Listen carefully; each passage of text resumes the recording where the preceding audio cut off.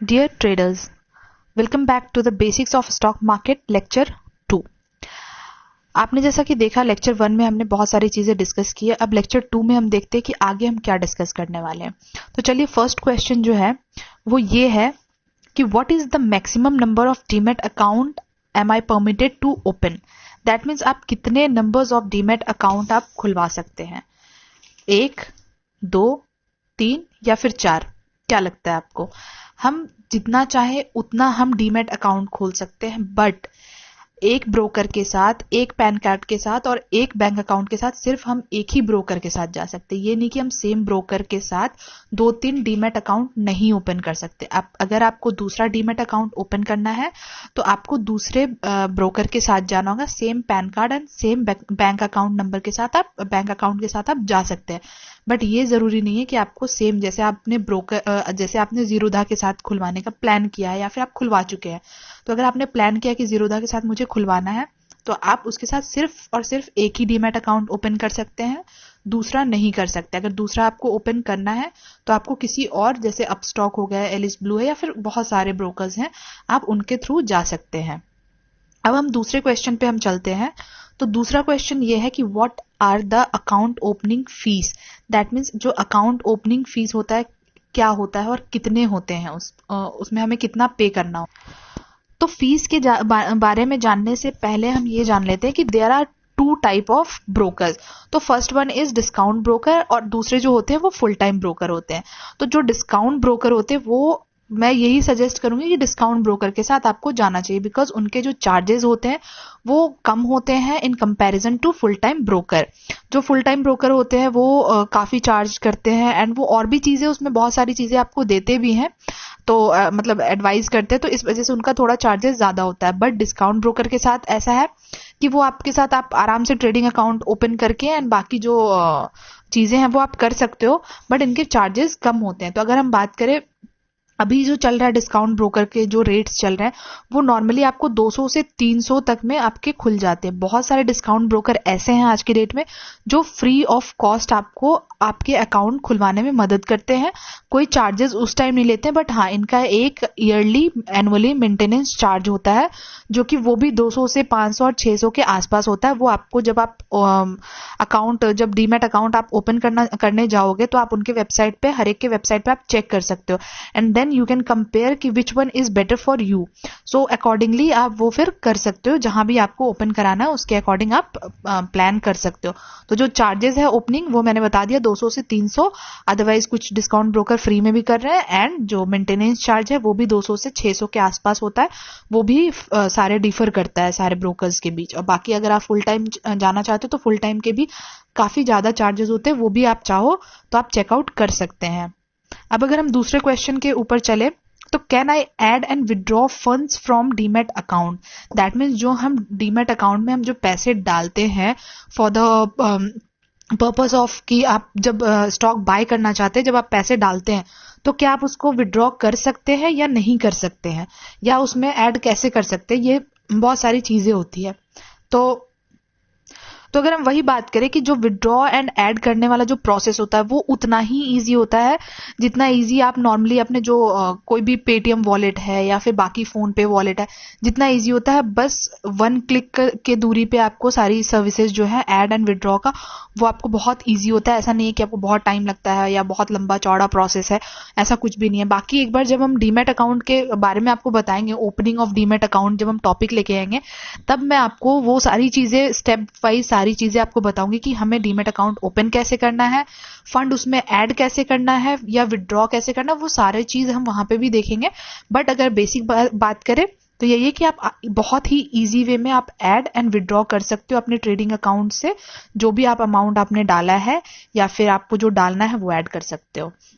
अब हम आगे अगर बढ़े तो आगे हम बात करेंगे कि बुल एंड बियर्स।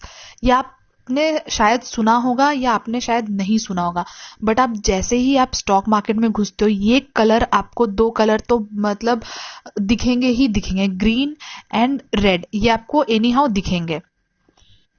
तो चलिए सबसे पहले हम बुल की बात करते हैं। अगर हम बुल की बात करें, दैट मीन्स जब भी मार्केट ऊपर की तरफ जा रहा होता है, दैट मीन्स जब भी कोई भी शेयर है वो अप ट्रेंड में होता है, तो हम उस टाइम पे इस चीज को ऐसे डिनोट करते हैं कि मार्केट बुलिश है या फिर बुल टेरिटरी में घूम रही है, या फिर ये शेयर जैसे ही ऊपर जा रहा है। तो हमेशा से शेयर जब ऊपर की तरफ बढ़ता है तो आपको वो ग्रीन कैंडल आपको दिखेगा ऊपर बढ़ते वक्त।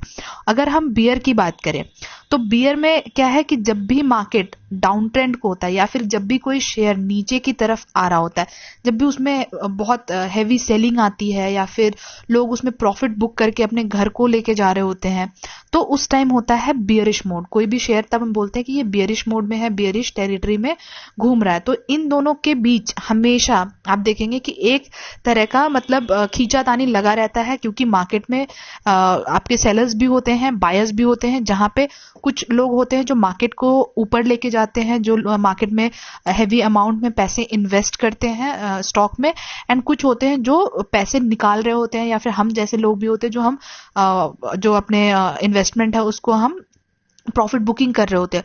तो ये जो आपको दो कलर है ये आपको बहुत ही फेमिलियर हो जाओगे जब भी आप मार्केट में आते हैं, तो आपको बुल एंड बियर का आपको खेल देखने को मिलेगा मोस्ट ऑफ द टाइम। जब भी शेयर आपको ऊपर बढ़ता हुआ दिखेगा, दैट मीन्स वो ग्रीन में दिखेगा। जब भी शेयर कोई है जब उसमें नीचे की तरफ एक ड्रॉ आएगा तो आपको वो शेयर आपको रेड कैंडल में बनते हुए दिखेंगे। तो ये दो कलर आप बहुत फेमिलियर हो जाएंगे। अब अगर हम आगे की बात करें, नेक्स्ट स्लाइड, तो आप देखेंगे कि how do I choose a stock. तो हमें स्टॉक कैसे चूज करना होता है, मतलब उसके लिए क्या कुछ टेक्निक होती है या फिर क्या करना होता है। तो first one is fundamental analysis and second one is technical analysis. तो फंडामेंटल जैसे हमने उसमें भी बात किया था कि जब हम ट्रेडिंग एंड इन्वेस्टमेंट के बारे में हम डिस्कस कर रहे थे, तब भी हम डिस्कस कर रहे थे कि जब ट्रेडिंग लोग करते हैं तो उसमें सिर्फ टेक्निकल एनालिसिस करते हैं। दैट मीन्स जो चार्ट होता है हम नॉर्मल चार्ट के पैटर्न को रीड करते हैं, कंपनी के शेयर के जो चार्ट होते हैं उसके पैटर्न को रीड करते हैं कि इसने किस तरीके से आज तक जो इनका एक जो ट्रेंड बना चला आया है हम पूरे मार्केट में, वो किस तरीके से वो ऊपर जाता है और कितने दिन तक वो ऊपर जाके या फिर कितने दिन के बाद वो नीचे आता है। तो काइंड ऑफ बहुत सारे ट्रेंड होते हैं, तो वहां पे आ जाता है आपका टेक्निकल एनालिसिस। अगर हम फंडामेंटल एनालिसिस की बात करें तो फंडामेंटल में आप कंपनी के बैलेंस शीट को पढ़ते हो, कंपनी ने प्रीवियस 5 to 10 ईयर्स में या फिर लाइफ टाइम मतलब कैसा परफॉर्म किया है, कंपनी के प्रोडक्ट्स क्या है और कंपनी के आने वाले फ्यूचर में और कंपनी कैसा परफॉर्म कर सकती है, या उनके जो डिमांड है, सप्लाई है, वो कैसे हो सकते हैं। तो ये सारा एक एनालिसिस होता है। इसके ऊपर भी हम एक अच्छा वीडियो लेके आएंगे जहां पे आपके जो फंडामेंटल्स के जो जितने भी टर्म्स एंड टेक्निक होते हैं वो हम उसके अलग से एक सीरीज आएगी, एंड टेक्निकल की एक अलग सी सीरीज आएगी जहां पे टेक्निकल में जो हम पैरामीटर्स देखते हैं जब भी कभी हम स्टॉक को चूज करते हैं, तो हम जो भी पैरामीटर्स को ध्यान में रखते हैं वो सारे हम उसमें डिस्कस करेंगे। बहुत सारे काफी सारे पैरामीटर्स होते हैं जब हम बैलेंस शीट भी पढ़ते हैं ड्यूरिंग द फंडामेंटल एनालिसिस, तब भी बहुत सारी चीजें देखने को होती है। टेक्निकल में भी हम बहुत सारे जैसे जो कैंडल का जो पैटर्न होता है वो हो गया, और बहुत सारे मतलब आपको छोटे छोटे RSI होंगे, MACD होंगे, काफी सारे पैरामीटर्स होते हैं, वो सारे हम डिस्कस जरूर करेंगे। तो बेसिक अगर समझना है तो जब भी आपको इन्वेस्टमेंट करनी है स्टॉक मार्केट में तो आपको दो चीजें जरूर करनी होती है, फंडामेंटल एंड टेक्निकल एनालिसिस। और अगर आपको नहीं समझ आ रहा है, अभी आपने देखा है ये बेसिक वाला वीडियो, बट अगर आपको लगता है कि होता क्या है फंडामेंटल एंड टेक्निकल एनालिसिस के वीडियोस में किसी भी शेयर को लेके, तो आप बहुत सारे हमारे चैनल पे बहुत सारे वीडियोस ऐसे हैं शेयर एनालिसिस करके जिसमें आपको दोनों चीजें देखने को मिलेगी, जहां हमने एक शेयर को पकड़ के उसके ऊपर हमने फंडामेंटली भी डिस्कस किया है, टेक्निकली भी डिस्कस किया है, एंड देखा है कि दोनों वे में कैसा परफॉर्म करी है कंपनी एंड हमें क्या करना चाहिए उस कंपनी के ऊपर। तो आप चाहें तो आप जाके वो सारे वीडियोस भी चेकआउट कर सकते हैं। बाकी जो एक शॉर्ट में हम अगर बात करें तो दोनों चीजों को ध्यान में रखने की जरूरत होती है। अगर हम आगे बढ़े तो आगे हम देखेंगे कि type of stocks to invest. कौन कौन से स्टॉक होते हैं जो इन्वेस्ट करने के लायक होते हैं। First one is small cap, जो कंपनीज होती हैं स्मॉल कैप के बिटवीन, तो उनके जो कैपिटल होता है उस कंपनी का वो 1 करोड़ टू 5,000 CR का उनका कैपिटल होता है किसी भी कंपनी का। वो जो कंपनीज है वो स्मॉल कैप कंपनीज होती हैं। अगर हम दूसरी कंपनीज की बात करें तो वो होते हैं मिड कैप। मिड कैप में आपको 5,000 CR टू 20,000 CR की कंपनीज होती है, उनके कैपिटल इतने होते हैं। तो जनरली हम चाहे तो अपने एक कैटेगरी हम डिवाइड कर लेते हैं कि हमें स्मॉल कैप में इन्वेस्ट करना है, मिड कैप में करना है या फिर लार्ज कैप में करना है। लार्ज कैप की बात करें तो लार्ज कैप में ऑनवर्ड्स 20,000 करोड़ की कंपनीज होती है जिनके कैपिटल इतने होते हैं, वो आते हैं लार्ज कैप में। तो उस हिसाब से भी हम डिसाइड करते हैं कि हमें स्मॉल कैप में इन्वेस्ट करना है, मिड कैप में करना है या लार्ज कैप में करना है। और जब भी हम कभी मार्केट में इन्वेस्ट करते हैं तो हमें हमेशा अपने जो कैपिटल्स होते हैं उनको वेल डाइवर्सिफाइड करना होता है। ऐसा नहीं कि हमने सारे जो पैसे हैं हमारे या जो सारे कैपिटल हमारे पास है वो हमने स्मॉल कैप कंपनीज के ऊपर लगा दिया। कभी हो सकता है स्मॉल कैप नहीं चला, उस टाइम पे मिड कैप चल गया, कभी होता है मिड कैप नहीं चला, लार्ज कैप की कंपनीज चल गई। तो ये नहीं करना है कि आपने सिर्फ एक ही जैसे एक ही कैटेगरी में आपने डाल दिया एंड उसके बाद फिर आपको नुकसान हो रहा है और बाकी जो 2 कैटेगरी है वो अच्छा परफॉर्म कर रही है। तो हमेशा अपने जो कैपिटल्स होते हैं उनको बहुत अच्छे से वेल डाइवर्सिफाइड करना होता है। अब हम डिस्कस करते हैं कि कंपनी में हम जब भी हम शेयर जो डिसाइडेड होता है उसको हम सेल और बाय कैसे कर सकते हैं।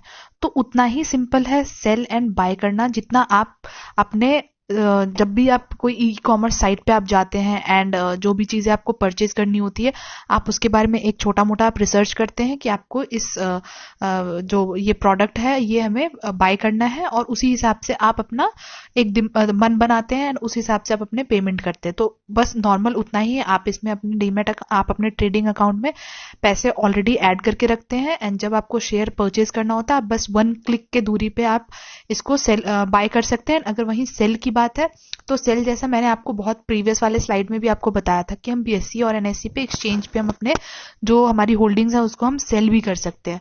तो वहां पे काफी सारे सेलर्स होते हैं, आपको कहीं जाने की जरूरत नहीं होती है, कहीं ढूंढने की जरूरत नहीं होती है।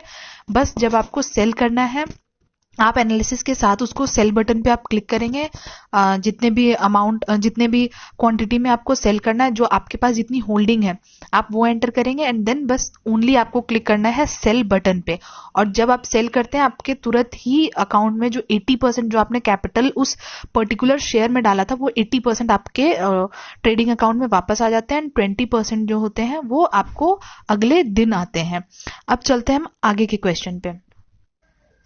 अब चलते हैं नेक्स्ट क्वेश्चन की तरफ। तो नेक्स्ट क्वेश्चन क्या है कि टाइप ऑफ ट्रेडिंग, कि ट्रेडिंग के कौन कौन से टाइप होते हैं। तो first one is futures and options. तो futures and options kind of contract होता है जो कि बहुत नॉलेज होने के बाद ही आप इसमें एंटर कर सकते हैं।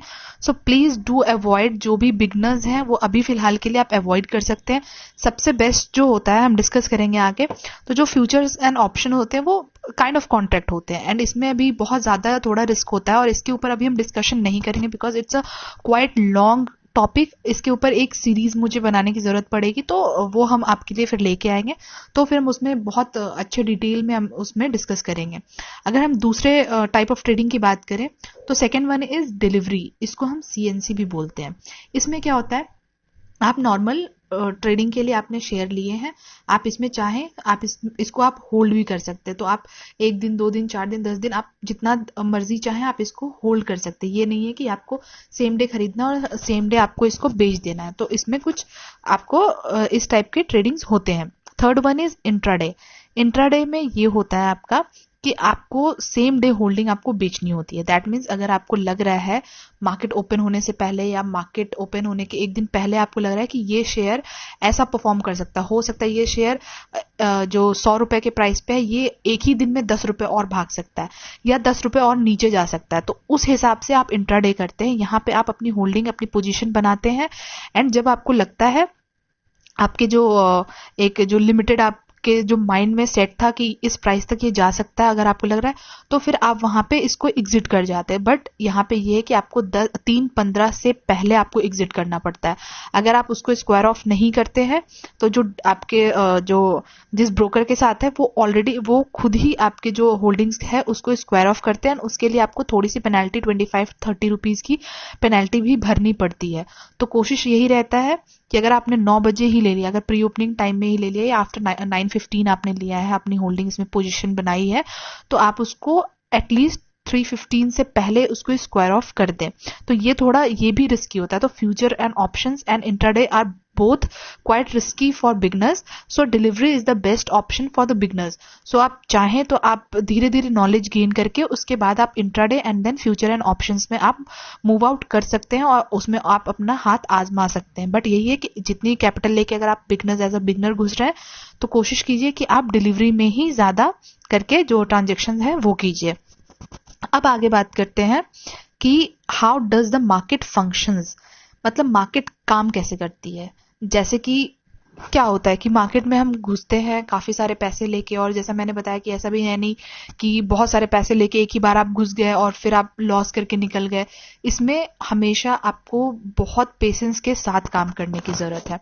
इसको एक एग्जाम्पल के तौर पे समझते हैं कि हमने एक पौधा लगाया, हमें एक कहीं से हमें शौक हुआ या फिर हमने सुना कि ये पौधा या ये पेड़ बहुत मतलब ये फल देगा, ये देगा, बहुत सारी चीजें हमने परसीव की उसके बारे में। उसके बाद हमने एक पौधा लगाया, हमने उसमें पानी दिया और उसमें उसकी अच्छी मिट्टी लगाई।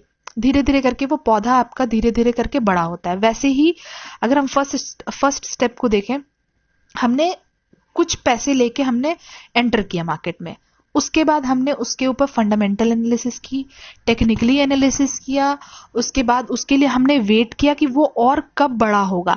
दैट मीन्स जो हमने कैपिटल लगाया था उस इन्वेस्टमेंट से हमें फ्रूट कब मिलेगा, हम वेट करते हैं। ये नहीं कि एक पौधा लगा, एक दाना हमने डाला है, एक बीज बोते ही हमें उसमें फल देने लग जाए और हम उसको तोड़ के अपने घर ले जाए, ये बहुत गलत तरीका होता है। तो जब भी है हमने एक अपना छोटा सा इन्वेस्टमेंट किया है, उसके लिए हमने थोड़ा वेट किया, हमने उसके ऊपर पढ़ाई की, हमने उसके ऊपर एनालिसिस किया, हमने वेट किया, और फिर एक दिन जाकर के वो आपको अच्छा खासा आपका जो वो एक दाना था या एक जो पैसा था वो आपको अच्छा खासा कैपिटल और रिटर्न बना के आपको देता है।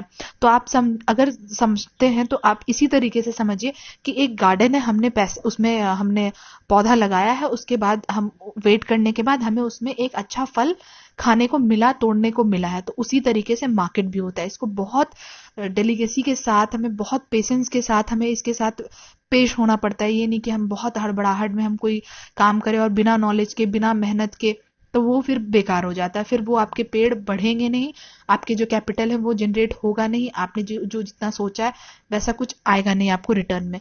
तो हमेशा मार्केट को बहुत ही डेलीगेसी एंड पेशेंस के साथ ट्रीट करना होता है। आगे बढ़ते हैं नेक्स्ट क्वेश्चन की ओर।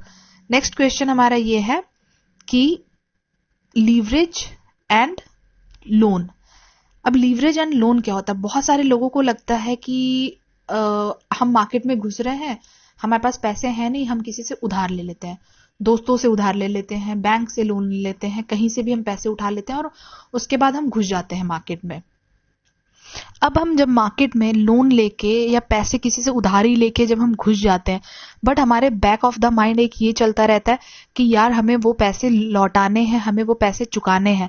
बट आपने जो लोन लिया और जो लोन चुकाने का जो एक आपका टाइम फ्रेम था, वैसा तो मार्केट चलेगा नहीं। मार्केट तो अपने हिसाब से एंड मार्केट में जो सेंटिमेंट्स है और जो न्यूज है उसके बेसिस पे ही मार्केट चलता है। ऐसा तो है नहीं कि वो उस बेसिस पे चलेगा कि XYZ पर्सन ने इतने अमाउंट का लोन लिया है तो मुझे उसके अकॉर्डिंग चलना, नहीं, वो तो होगा नहीं। तो आपके बैक ऑफ द माइंड एक वो टेंशन रहता है, और जब मार्केट वैसा परफॉर्म नहीं करता है और वो आप लोन चुका नहीं पाते हैं और फिर आप हो जाते हैं कंगाल, एंड फिर आप दोष देते हैं स्टॉक मार्केट को कि स्टॉक मार्केट हमारा पैसा डुबा ले गया, या फिर हमने इतने का लोन लिया था और तो लोन लेके मैंने बहुत सारे शेयर खरीद लिए एंड वो सारा स्टॉक मार्केट खा गया। वो गलती स्टॉक मार्केट की नहीं होती है, वहां पे गलत आप होते हैं क्योंकि आपने लोन लिया है। अगर आपको लोन लेना है, आप अच्छा एनालिसिस कर लो, नॉलेज गेन कर लो, उसके बाद अगर चाहे तब आप ले सकते हो। अदरवाइज डोंट प्रेफर कि आप लोन के साथ जाओ। आपके पास जितना अमाउंट है आपको उतने में ही जाना चाहिए। आप अपने उसी अमाउंट को लेके घुसोगे ताकि आपके दिमाग में बैक ऑफ द माइंड एक तरीके का ख्याल नहीं घूमता रहेगा कि हमें किसी को पे करना है, हमें इंटरेस्ट भरना है उसका, या हमें वो जो कैपिटल हमने लोन पे लिया है वो हमें चुकता करना है, वो नहीं होगा। तो कोशिश कीजिए कि लोन ना ही ले एंड अपने ही कैपिटल के साथ आप मार्केट में एंटर करें। अब जो दूसरा था, जो लीवरेज, लीवरेज क्या होता है? लीवरेज वो होता है कि बहुत सारे जो आपके जिस ब्रोकर के साथ आपने अकाउंट खुलवाए हैं वो आपको मार्जिन देते हैं। कुछ अमाउंट के ऊपर उनका एक रूल होता है, कुछ अमाउंट के ऊपर आपको वो मार्जिन देते हैं। तो उस मार्जिन को भी आप यूज करके आप जो शेयर है वो खरीद सकते हैं। But don't go with that. आपको मैंने कहा ना, जैसा मतलब कोशिश कीजिए कि लोन एंड लीवरेज से बचने की, क्योंकि आप के ऊपर कोई एक तरीके का बर्डन नहीं होगा कि मुझे ये बर्डन है कि भाई मुझे लीवरेज वापस करना है, या फिर जो मार्जिन है वो भी उनके भी कुछ चार्जेस होते हैं, वो भी उनका भी अपना एक रूल होता है। तो कभी कभी कुछ लोग लीवरेज भी लेके जो ब्रोकर्स होते हैं उनसे लीवरेज ले लेते हैं, लीवरेज लेने के बाद में वो इंट्राडे करते हैं, और तो और इंट्राडे करते हैं।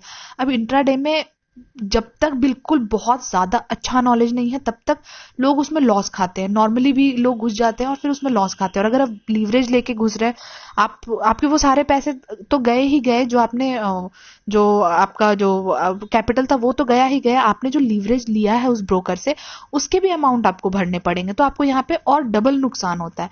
तो बी अवेयर, कभी भी लीवरेज एंड लोन के साथ जाने की कोशिश मत कीजिए। जितने अमाउंट है उसी में आप एंटर कीजिए मार्केट में एंड अच्छा ग्रो करेंगे आप। दूसरे क्वेश्चन की तरफ चलते हैं। दूसरा क्वेश्चन ये है कि how much profit can I expect. तो आपको क्या लगता है कि कितनी प्रॉफिट आप बना सकते हैं मार्केट में? अब आपको लगता होगा कि जो रिटर्न हमें मिलता है या जो प्रॉफिट होता है एक शेयर के ऊपर, वो बहुत ज्यादा होगा, 3 फोल्ड होगा या 300 टाइम्स मुझे प्रॉफिट होगा। ऐसा नहीं है। कुछ लोग होते हैं जो कि मतलब बिल्कुल बहुत नॉलेजेबल होते हैं, जो फ्यूचर एंड ऑप्शंस में डील कर रहे होते हैं, वहां पे उनको प्रॉफिट भी बहुत अच्छा खासा बनता है और लॉस भी कभी कभी होता है, तो बहुत अच्छा खासा लॉस हो जाता है। तो बट बिकॉज आप उस नॉलेजेबल दोस्त की बात सुन के आप सिर्फ उसके कहे पे आप मत चले जाइए कि उसमें आप एंटर कर जाओ, इंट्राडे में एंटर कर जाओ या फ्यूचर एंड ऑप्शंस में एंटर कर जाओ एंड आपके जो कैपिटल है वो 300 टाइम्स आपके प्रॉफिट बन जाएंगे।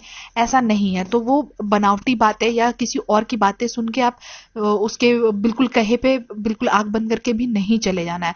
तो अगर हम बात करें सिर्फ रिटर्न की या प्रॉफिट की, तो जैसा कि हम नॉर्मल में भी शायद आपको भी पता हो कि 12 to 15% जो होते हैं वो म्यूचुअल फंड भी आपको रिटर्न देते हैं साल का। तो अगर हम इससे ये एक्सपेक्ट करें कि एटलीस्ट 20% पर शेयर, जो आपके पास शेयर्स हैं जो कंपनी के, वो 20% भी अगर आपको रिटर्न दे रहे तो वो अच्छा है, बुरा नहीं है। बट ये नहीं है कि सिर्फ 20% ही देते हैं या 10% देते हैं, ऐसा नहीं है।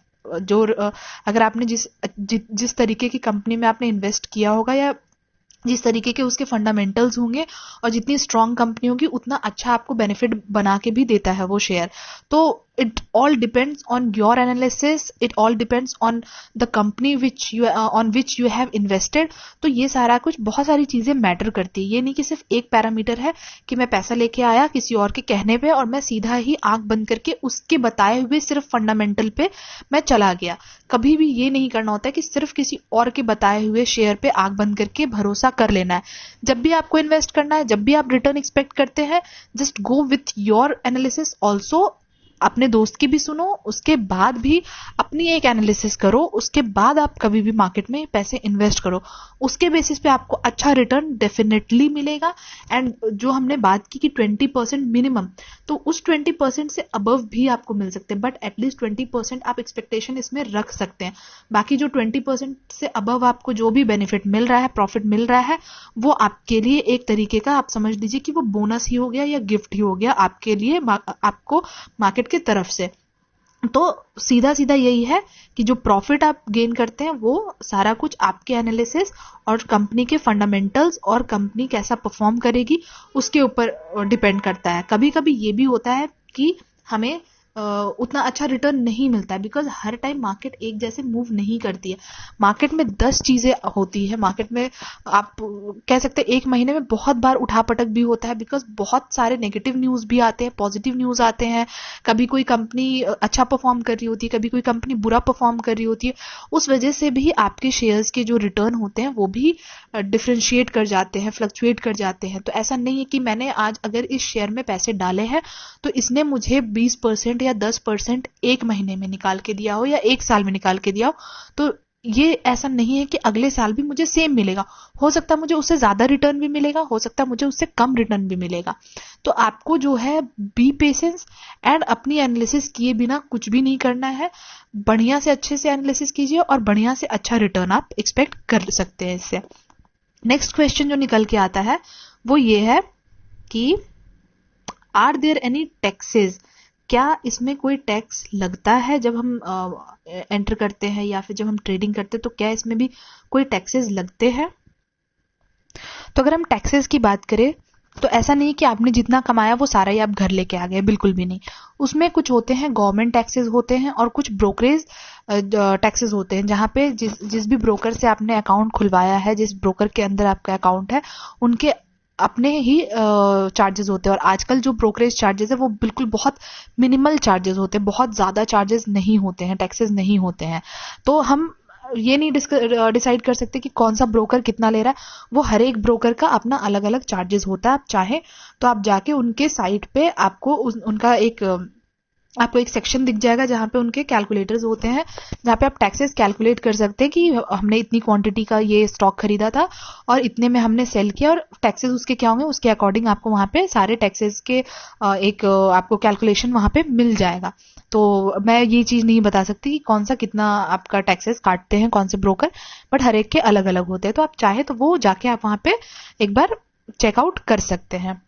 अब नेक्स्ट क्वेश्चन की तरफ हम बढ़ते हैं। नेक्स्ट क्वेश्चन है हमारा कि what is the role of SEBI.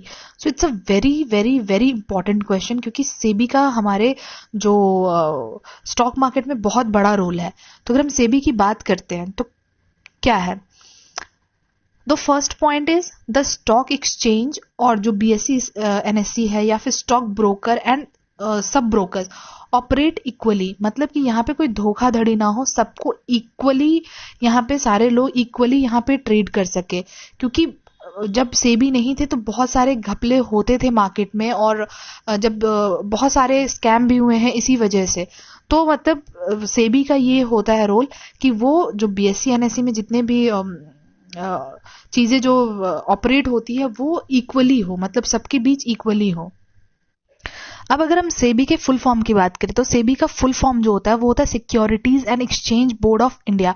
Securities, जैसा कि इसके नाम में ही सिक्योरिटीज है, दैट मीन्स जो हम ब्रोकर्स होते हैं या जो सब ब्रोकर्स होते हैं या स्टॉक ब्रोकर्स होते हैं और यहाँ इन्वेस्टर्स होते हैं, तो उनकी सिक्योरिटी इनके हाथों में होती है, ताकि लोग मतलब मार्केट को मैनिपुलेट ना कर पाए, बहुत ज्यादा मैनिपुलेट ना कर पाए या फिर गलत तरीके से ऑपरेट ना करे। तो ये पूरी जो सिक्योरिटी होती है जो हमारे स्टॉक की, हमारे पैसे की, वो सारा कुछ जो है वो सेबी ऑपरेट करती है। अगर हम दूसरे पॉइंटर्स की बात करें तो participants are not permitted to engage in unethical conduct. तो वही है कि जो भी हम पार्टिसिपेंट्स हैं, दैट मीन्स जो इन्वेस्टर्स हैं, हम कुछ गलत तरीके से काम नहीं कर रहे हो, ये पूरा जो ध्यान है वो सेबी रखती है।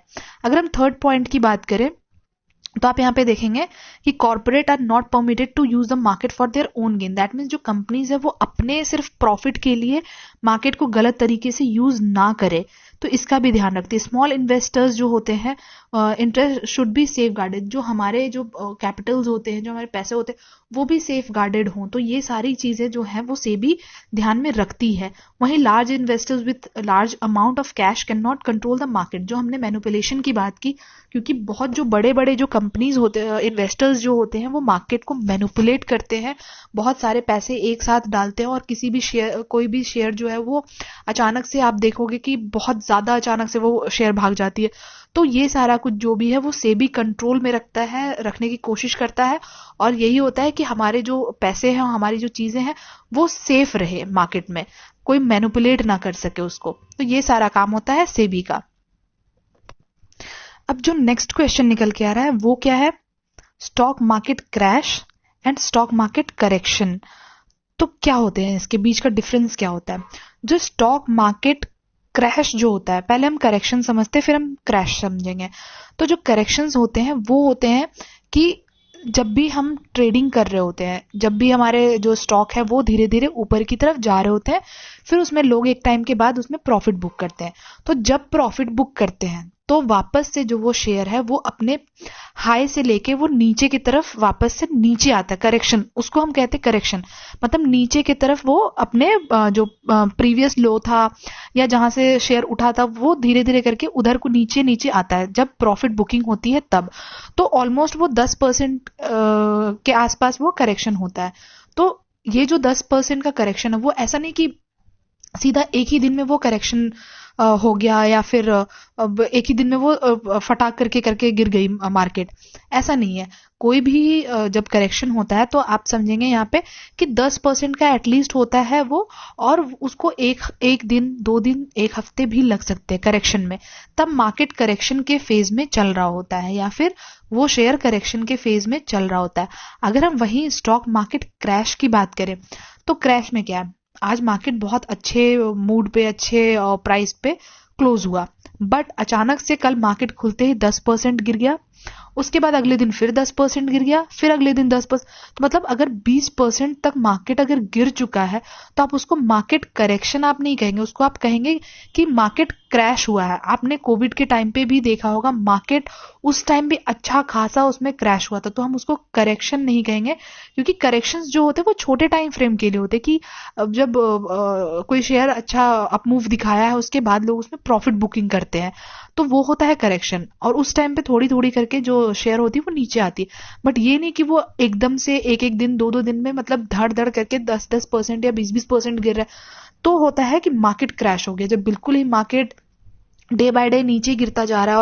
और आपने देखा होगा निफ्टी में भी 2 दिन के लिए सर्किट भी लग गया था। तो मतलब ऐसी चीजें जब होती है, बहुत बड़ी न्यूज होती है, बहुत बड़ा कुछ बहुत बड़ा न्यूज आ चुका होता है मार्केट में, तब जाकर के मार्केट क्रैश होता है। तो मतलब मैंने यहाँ पे समझाने की कोशिश की है आपको थोड़े तरीके से, बट अगर आप चाहें तो आप इसको और बेहतर तरीके से आप इसको पढ़ सकते हैं। और मे बी अगर आपको और भी कुछ डाउट है तो यू कैन आस्क, आप कमेंट बॉक्स में मुझे पूछ सकते हैं या फिर आप लिख सकते हैं कि आपको क्या चीजें समझ नहीं आई है। तो मैंने जो कोशिश किया है यहाँ पे समझाने का वो सारा मतलब होपफुली आपको समझ आ गया होगा। तो अब हम बात करते हैं, 1 सेकेंड। अब आपका होमवर्क ये है कि आप पूरी वीडियो एक बार आप गो थ्रू करें। आपको जो चीजें नहीं समझ आई है वो आप मुझे कमेंट बॉक्स में पूछें। अगर आपको कोई और टॉपिक लगता है जो मुझे ऐड ऑन करना चाहिए या उसके ऊपर सीरीज लेके आना चाहिए या उसके ऊपर डिटेल्ड वीडियो बनाना चाहिए तो वो आप बेशक आप कर सकते हैं। आप वो मुझे सारा कुछ आप कमेंट बॉक्स में बताइए, ताकि हम आपके लिए फिर एक अच्छा नया सीरीज या अच्छा एक डिटेल्ड वीडियो हम आपके लिए लेके आए। तो चलिए फिर आज की वीडियो में बस इतना ही। होपफुली आप सबको ये जो 2 पार्ट है, जो 2 लेक्चर है, होपफुली आप सबको बहुत अच्छा लगा हो। अगर अच्छा लगा है तो please like, share and comment करना बिल्कुल भी ना भूले। अगर कुछ चीजें बुरी लगती है या फिर कुछ चीजें रह गई है तो वो आप बेशक मुझे बता सकते हैं, सो मैं उसको इम्प्रूव कर सकूं। चलिए फिर हम आपसे मिलते हैं फिर नेक्स्ट वीडियो में और नेक्स्ट सीरीज में। तब तक के लिए thank you and take care.